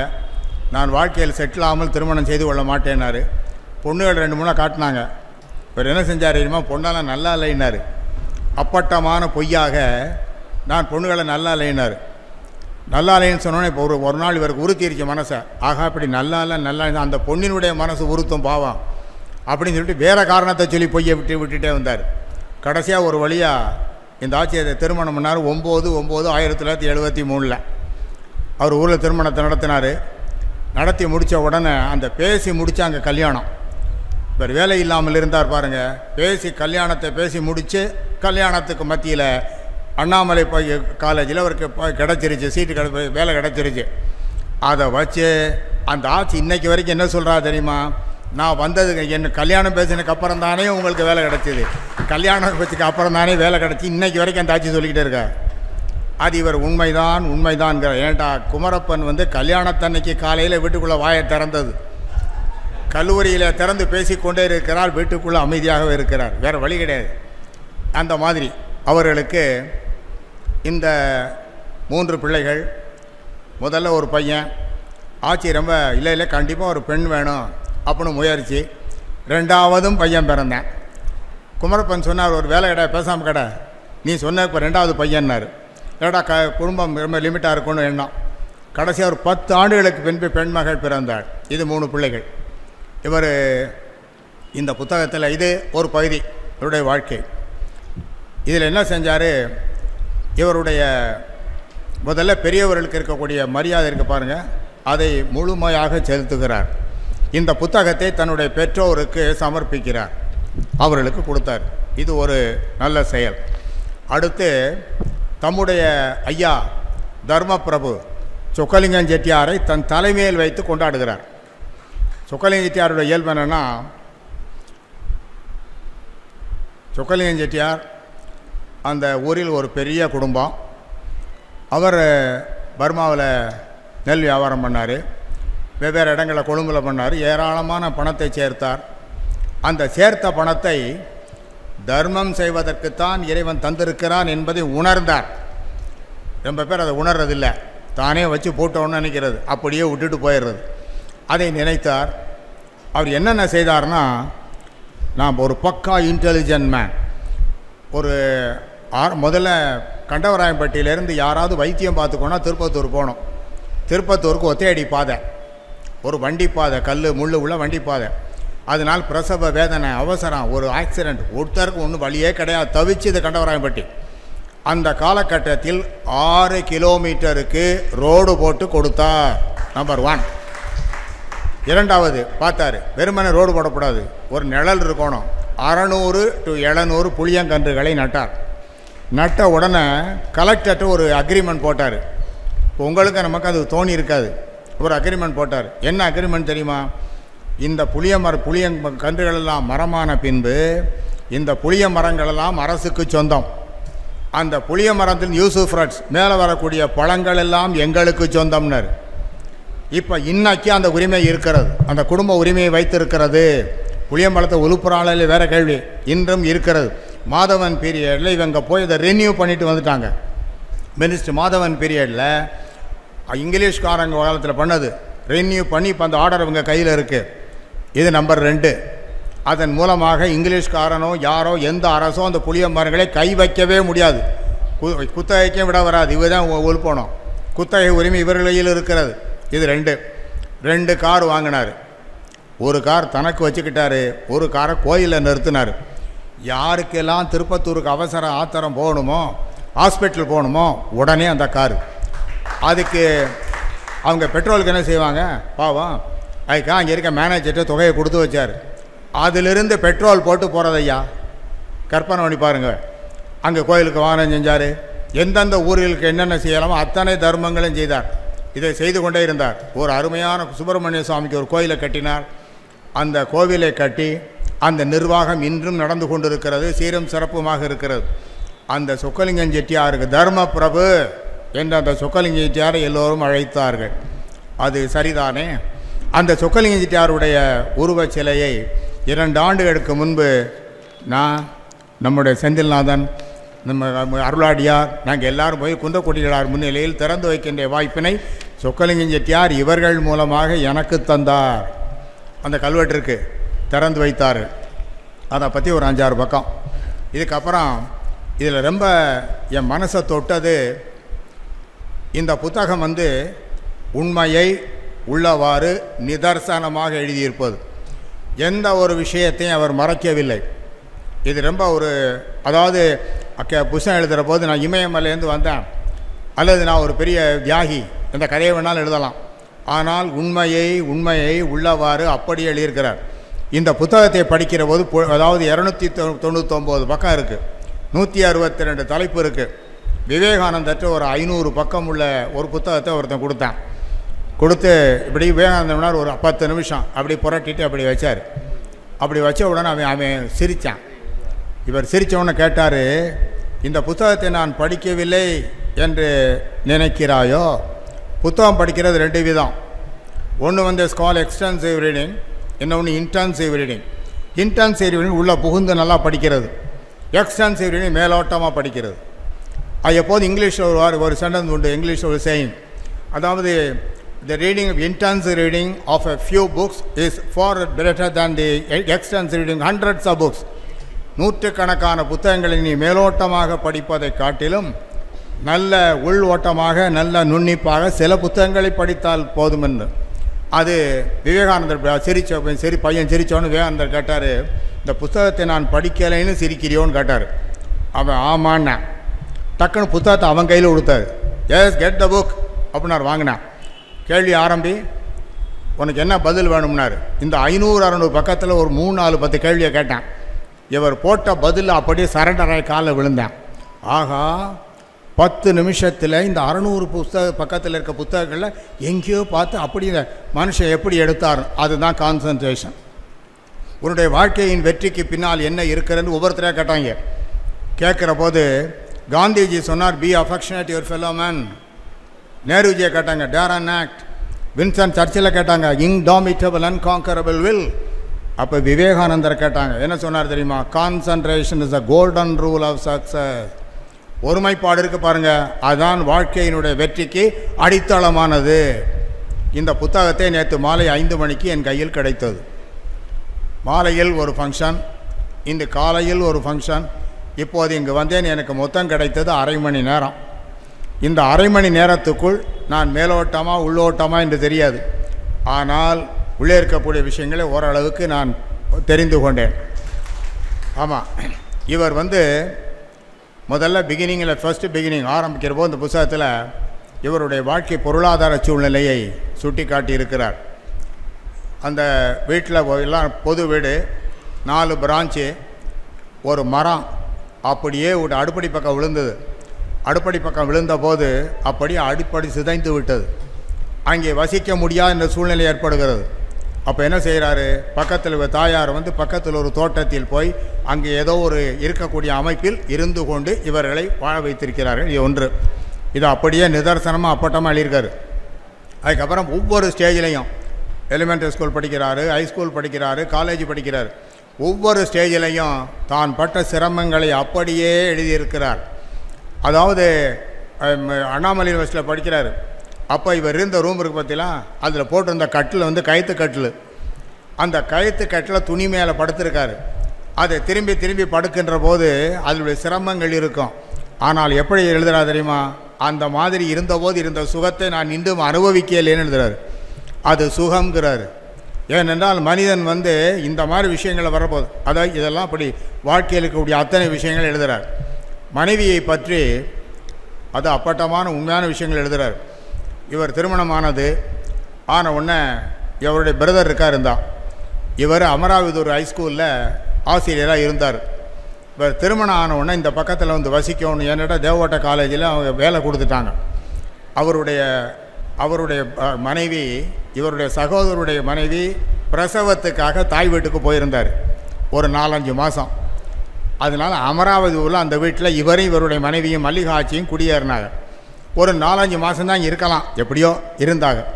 அதுக்குள்ளே அண்ணாமலை காலேஜில் இவங்க உள்ளே கொண்டு வந்த சட்டத்திட்டம் என்ன தெரியுமா, இங்கே பணியிருப்பவர்கள் யார் எல்லோருமே ஊருக்குள் இருக்க வசிக்கணும், தேவகோட்டையில் வசிக்கணும்னாங்க. இப்படி ஒரு சூழ்நிலை. அப்போ தேவகோட்டையில் ஒரு சின்ன வீடாக பிடிச்சாங்க. அங்கே வாடகைக்கு இருந்தாங்க, இந்த பக்கத்தில் ஆர்ச்சிக்கு பக்கத்தில். ரொம்ப கடுமையான சூழ்நிலை, அதுக்குள்ளே வசித்தார்கள். அப்போ யோசித்து பார்த்தாங்க, சரி கொஞ்சம் வருமானத்தை அதிகப்படுத்தணுன்றது சிட் ஃபண்டு சீட்டு பிடித்தார்கள். அதை தொழிலை செய்தது யார் தெரியுமா, மல்லியாச்சி. ப்ராமிசர் நோட்டு எழுதி வாங்கிக்கிறது, பணம் கொடுக்கல் வாங்கல் பண்ணுறது, கணக்கை பார்க்கறது எல்லாமே மல்லியாச்சி. இப்படித்தான் அதை இம்ப்ரூவ் பண்ணார். அப்போது அந்த மல்லியாச்சியினுடைய பாட்டுக்கு பற்றியெல்லாம் அது ஒவ்வொரு மனிதனுடைய வாழ்க்கையிலும், ஒவ்வொரு மனிதன் வாழ்க்கையிலும் எ உமன் இஸ் பிஹைண்ட் உள்ள வெற்றிக்கு பின்னாடி. அதே மாதிரி மல்லிகாட்சி அன்று முதல் இந்த 50 ஆண்டு காலமும் தன் கணவருடைய நேர்மை, நாணயம், சத்தியம், அவருடைய கஷ்டத்திலே பங்கு கொள்வதை அன்று முதல் இன்று வரை செய்து புத்தகம் சொல்கிறது. அதுதான் ஒரு மனைவிக்கு இலக்கணம். அடுத்து இவருடைய பிள்ளைகளை பற்றி சொல்கிறார். இவர் பிள்ளைகள் 2 பையன்கள், பெண் எல்லோருமே இன்று நன்றாக படித்திருக்கிறார்கள், வெளிநாட்டில் இருக்கிறார்கள், நல்ல வேலையில் இருக்கிறார்கள். அவர்கள் எல்லோரும் ஒற்றுமையாக இருக்கிறார்கள். இந்த புஸ்தகத்துக்கு ராஜபாட்டை அல்ல முள்ளில் ரோஜா என்று அவர் எழுதியிருந்தாலும் கடைசியில் ஒரு பேராகிராஃப் எழுதுகிறார். அதில் சொல்கிறாரு, அதாவது என் மனைவி எங்களுடைய வாழ்க்கை நல்ல போக்கில் இதுவரையில் இருக்கிறது, ஒற்றுமையாக பிள்ளைகள் இருக்கிறார்கள், ஒரு அருமையான வாழ்க்கையை இந்த 50 ஆண்டு காலம் நான் ஓட்டியிருக்கிறேன். இந்த அருமையான சுகமான வாழ்க்கைக்கு அந்யோன்யமான வாழ்க்கைன்னு பொருள். அப்படிப்பட்ட வாழ்க்கைக்கு நான் இறைவனுக்கு நன்றி சொல்லுகிறேன் என்று சொல்லி யாரெல்லாம் இதுக்கு ஒத்தாசைன்னு எல்லோருக்கும் நன்றி சொல்கிறார். இவருடைய சேவை இருக்கிறது பாருங்கள், சேவை. இப்போ நம்ம வெளியிடுறது 31வது புத்தகம். 30 புத்தகம் முன்னால் எழுதியிருக்கிறார். இந்த புத்தகங்கள் எல்லாம் என்ன தெரியுமா, புத்தகங்கள் பெரும்பாலும் அறிவியல் சார்ந்தது, அறிவு சார்ந்தது, இலக்கியம் சார்ந்தது, நகரத்தாருடைய எழுத்துக்கள், நகரத்தாருடைய சம்பந்தப்பட்ட விஷயங்கள், நகரத்தாருடைய கலாச்சாரம், நகரத்தாருடைய சொல் வழக்கங்கள், இது சம்பந்தப்பட்ட ஏகப்பட்ட விஷயங்கள். இவையெல்லாம் பாரதியாருடைய பாடல்கள் அத்தனையும் இந்த 31 புத்தகங்களாக 31வது புத்தகம் இது. இவருடைய பணி இருக்கிறது பாருங்கள். பணி ஆசிரிய பணி ஒரு தலையாய பணி, சமூகத்துக்கு தேவையான பணி, ஒரு சிறப்பான பணி. அதாவது அந்த மாணவர்களை வருங்காலத்துக்கு நல்வழிப்படுத்துகின்ற, ஆற்றுப்படுத்துகின்ற, உயர்வாக்குகின்ற, சமூகத்தை நலமாக்குகின்ற பணி. அதுதான் ஆசிரியர் பணி. நான் எப்போது என்ன சொல்லுவேன்னா, என்ன இப்போ இன்னும் நான் போட்டு 3 பேர் சொல்லலாம், உயர் நீதிபதி எல்லாரும் அவையவன்னு சொல்ல வராது. அப்போ என்னை என் தாயார் சொல்லலாம், என் மகன் ஹைகோர்ட்டில் ஜட்ஜாக இருக்கான்கலாம். என் தந்தை சொல்லலாம், என் மகன் ஹைகோர்ட்டில் ஜட்ஜாக இருக்கான்னு சொல்லலாம். இதை தவிர ஒரே ஒருத்தர் தான் சொல்லலாம், என் ஆசிரியர் தான் சொல்லலாம். என் மாணவன் உயர்நீதிமன்றத்தில் உயர்நீதிபதியாக இருக்கிறான், என்னுடைய ஆசிரியர் சொல்லலாம். இந்த ஆசிரியர் பணி இருக்கிறது பாருங்கள். ஆசிரியர் பணியினுடைய அருமையினார் சொல்லுவார். உருவாய் அருவாய் உளதாய் இலதாய் மறுவாய் மலராய் மணியாய் ஒளியாய் கருவாய் உயிராய் கதியாய் விதியாய் குருவாய் வருவாய் அருள்வாய் யுகனேன்னு முடிப்பார். கந்தர் அனுபூதியில் 51வது பாடல் இது. அதாவது அந்த உயர்வு எப்படி சொல்ல பாருங்கள். மாதா பிதா குரு தெய்வம்ங்கிறோம். மாதா நிச்சயமானவள், நம்ம 2 பேருக்கு பிறக்க முடியாது, ஒருத்தருக்கு தான் பிறக்கலாம். அதனால் மாதா நிச்சயமானவள். அவள் கையை காட்டுறா, பிதா இதாண்டா உன் தகப்பனாருன்னு. அந்த மாதிரி காட்டுறதுக்கு ஒரே ஒரு எக்ஸப்ஷன் முருகனுடைய பிறப்பு. எப்போதும் ஆஸ்பத்திரியிலேயோ வீட்டிலேயோ குழந்தை பிறந்தால் அந்த பிள்ளைக்கு தாய் இதுதான் உன் தந்தை என்று காட்டுகிறாள். அது அன்கொஸ்டனபிள் ஸ்டேட்மெண்ட். தாய் சொல்கிறா, தாய்க்கு மேலே கோயில் கிடையாது, இட்ஸ் ஆல் ரைட், அவ்வளோதான் அந்த தாய் சொல்லுகிறாள். அப்படி இருக்கின்ற போது இதுக்கு ஒரே ஒரு எக்ஸப்ஷன் தெரியுமா, முருகன் பிறப்பு. முருகன் பிறப்பில் தான் முருகனுக்கு பார்வதிக்கு சிவபெருமான் சொல்கிறார், இதுதான் உன் பிள்ளைன்னு. இது ஒன்று தான் எக்ஸப்ஷன் கேஸு. மாதா பிதா இவர்களுக்கு மேலானது குரு. ஏன் தெரியுமா, அந்த குரு தான் இறைவனை காட்டுகிறார். அதாவது இந்த அருணைநாதர் கடைசி பாடல் ஏன் இப்படி சொன்ன பாருங்கள். முதல்ல உருவாய் அருவாய் உளதாய் இலதாய் இருக்கா இல்லை. உருவாய் அருவாய் உளதாய் இலதாய் மறுவாய் மலராய் ஒளியாய் கருவாய் இருக்க உயிராய் இருக்க கதியாய் இருக்க விதியாக இருக்க. அதோட முடிஞ்சு போச்சு, லைஃபே முடிஞ்சு போச்சு. எல்லாம் முடிஞ்சக்கப்புறம் அதுக்காக குருவாய்ங்கிறாரு. இதற்கெல்லாம் மேலானது குருஸ்தானம். அதாவது கருவாய் இருக்க உயிராக இருக்க விதியாக இருக்க எல்லாம் இருந்தால் சப்ஜெக்ட் முடிக்க வேண்டியதானே. முடிக்கலை. கடைசியில் அதை கொண்டு போய் கடைசியாக முடித்தார். எனக்கு இவ்வளவெல்லாம் முக்கியம் இல்லை, நீ எனக்கு குருவாய் வான்னார். என்ன குருஸ்தானம் அதுதான். அந்த குருஸ்தானத்திலிருந்து 32 ஆண்டுகள் தன்னுடைய பணியை ஆற்றி இருக்கிறார் இந்த குமரப்பன். இதுதான் பாராட்டுதற்குரியது. 32 ஆண்டுகள் அந்த ஸ்தானத்தில் இருக்க போது அவர் இருக்கப்பட்ட அத்தனை இதுகளே இருந்திருக்கார். அதாவது இவர் இங்கே இப்போ செஞ்ச ஒரு பெரிய பணி என்ன தெரியுமா? அறிவுசார் இயக்கத்தில் இருந்திருக்கார், அறிவொளி இயக்கத்தில் இருந்திருக்கார். தமிழ்நாடு அறிவொளி இயக்கத்தில் இருந்தபோது இவர் அருமையான நூல்களை எழுதி மாவட்டம் பூரா அனுப்பியிருக்கார். ஆயிரக்கணக்கான பிரதிகள் இங்கே அனுப்பப்பட்டிருக்கின்றன. சிவகங்கை மாவட்டம்தான் தமிழகத்திலேயே அறிவொளி மாவட்டத்தில் முதலாவது என்று தமிழக அரசு அறிவித்தது. அதற்கு இவருடைய பங்கு அதிகமான பங்கு இருந்திருக்கிறது. ஆமாம், அது இப்போ எல்லாம் இவர் இது போன்ற தன்னுடைய சேவைகளை செய்திருக்கார். இதுபோல் இத்தனை ஆன்மீக பணி தொடர்ந்து வருஷம் பழனிக்கு அஞ்சூர் அந்த ஊருக்கு வெளியில் பழனியில் காவடி போடுறது நிறுத்துறதுக்கு ஒரு கொட்டகை வேணும். அங்கே ஒரு கிட்டத்தட்ட 50 லட்சம் ரூபா கொட்டகை கட்டியிருக்காங்க, ஒரு பெரிய ஒரு கட்டடம். அதை அவர் எல்லோருடைய முயற்சியோடும் சேர்ந்து செய்திருக்கிறார். இப்படி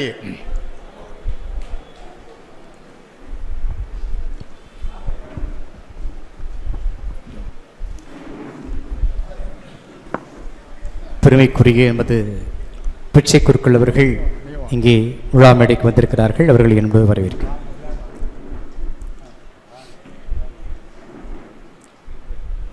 எந்த ஒரு விழாவும் விநாயகப் பெருமான் கற்ப விநாயகர் வந்தால்தான் முழுமையாகிறது. கற்ப விநாயகர் வந்துவிட்டார் என்று சொன்னால் விழா ஆல்ரைட் என்று அர்த்தம். அவ்வளோதான்.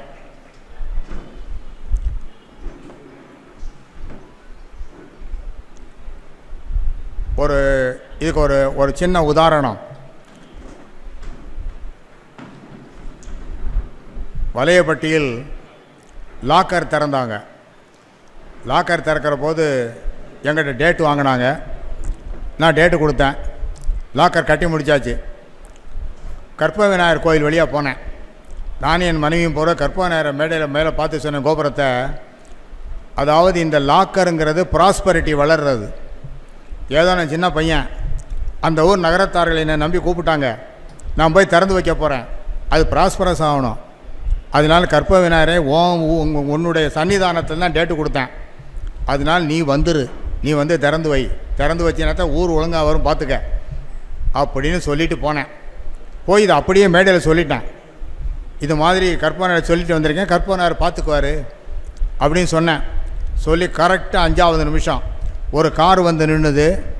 அதில் பிச்சு குருக்கள் கற்ப விநாயகரோடு உள்ளே வந்தார். அவர்கள் நகரத்தார்களுக்கு ஒன்றுமே எல்லோரும் எந்திரிச்சிருந்தாங்க. குருக்களுக்கு அவருக்கு ஒன்றும் புரியலைன்னா இவ்வளோ பேர் எதுக்காக எந்திரிச்சினான்னு அப்போ சொல்லிட்டாங்க. ஜட்ஜி இப்போ தான் சொல்லிக்கிட்டு இருக்கார் 5ஆம் நிமிஷம் இங்கே வாரியன்ட்டு. நான் திறந்து வைத்தது 250 பெட்டிகள்.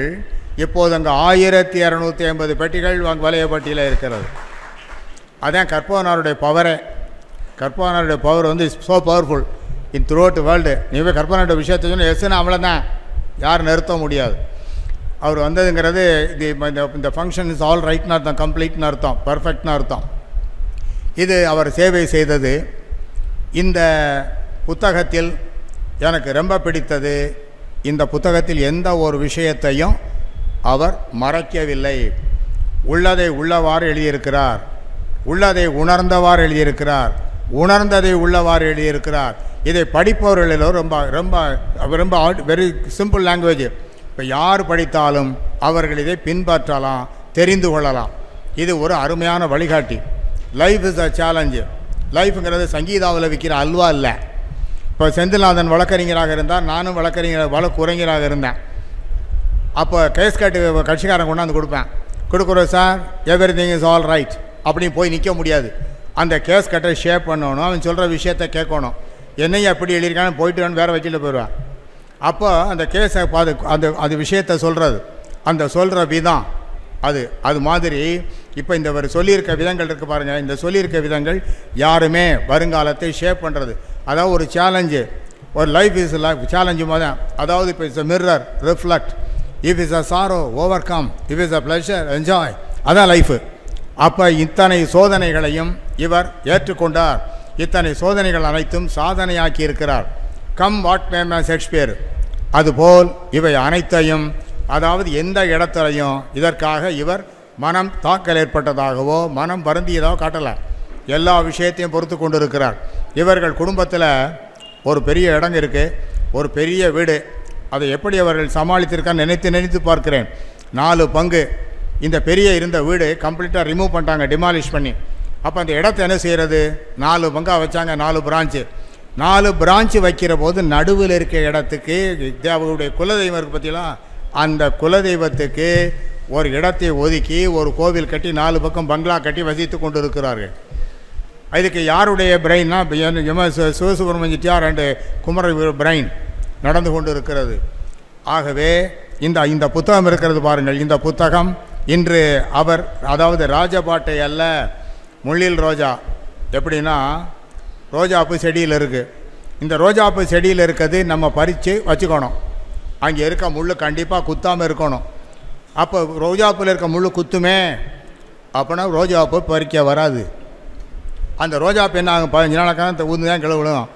அப்போ அந்த ரோஜா பூவையும் பறிக்க தெரிய வேண்டும், முள் குத்தாமலும் பறிக்க வேண்டும், அதை வைத்து கொள்ள வேண்டும். அப்போது தான் அந்த ரோஜாவிற்கு பிறந்த பயன் கிடைக்கிறது. அதுதான் வாழ்க்கை. ஒரு ராஜபாட்டை அல்ல, முள்ளின் மேல் is not a bed of roses but bed of thorns என்று ஆங்கிலத்தில் சொல்வார்கள். இவர் அனுபவித்த விஷயங்கள் இருந்தாலும் அதை சந்தோஷமாக, அதாவது ஒரு பாட்டில் எம்ஜிஆர் சொல்லுவார், வருவதையெல்லாம் ஏற்றுக்கொண்டார் அந்த துணிவே துணையாக மாறும். இதான் கவிஞர் வார்த்தை. வருவதையெல்லாம் ஏற்றுக்கொண்டால் துணிவே துணையாக மாறும்பார். இந்த புத்தகத்தில் நாம் கண்டது உண்மையை உண்மையாக சொல்லி, உண்மையை உணர்ந்தவாறு சொல்லி, இதை படிக்கின்றவர்களெல்லாம் இத்தனை இருந்தாலும் இவற்றை சாதித்து இன்று அவர் இதை நடத்தி கொண்டிருக்கிறார் என்பதுதான். இவர் இந்த ஊரில் நடத்தியிருக்கிறார், நல்லவர்கள் அழைத்திருக்கிறார், வாழ்த்த வேண்டியவர்கள் அழைத்திருக்கிறார், அனைத்தையும் தெரிந்து இந்த விழாவை நடத்தி கொண்டிருக்கிறார். இந்த விழாவில் நானும் உங்களோடு கலந்து கொண்டேன் என்கின்ற ஒரு மகிழ்வினை பங்கு கொண்டு இவர்கள் இன்னும் இப்போது அவருக்கு 74, அது 80 வேண்டும், 90 வேண்டும், 100 வேண்டும்.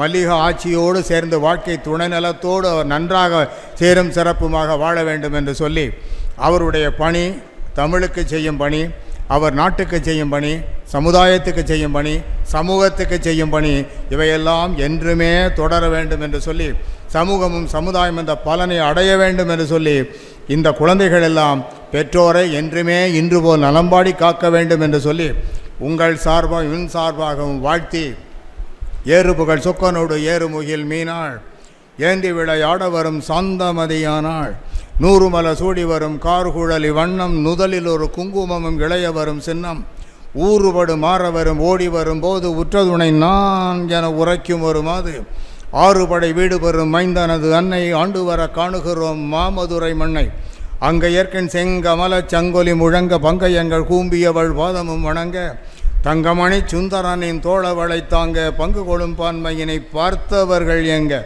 கூடலனும் மாமதுரை கூடி வருவோம் கோவிலில் விழுந்து எழுந்து கோடி வருவோம். நன்றி, வணக்கம்.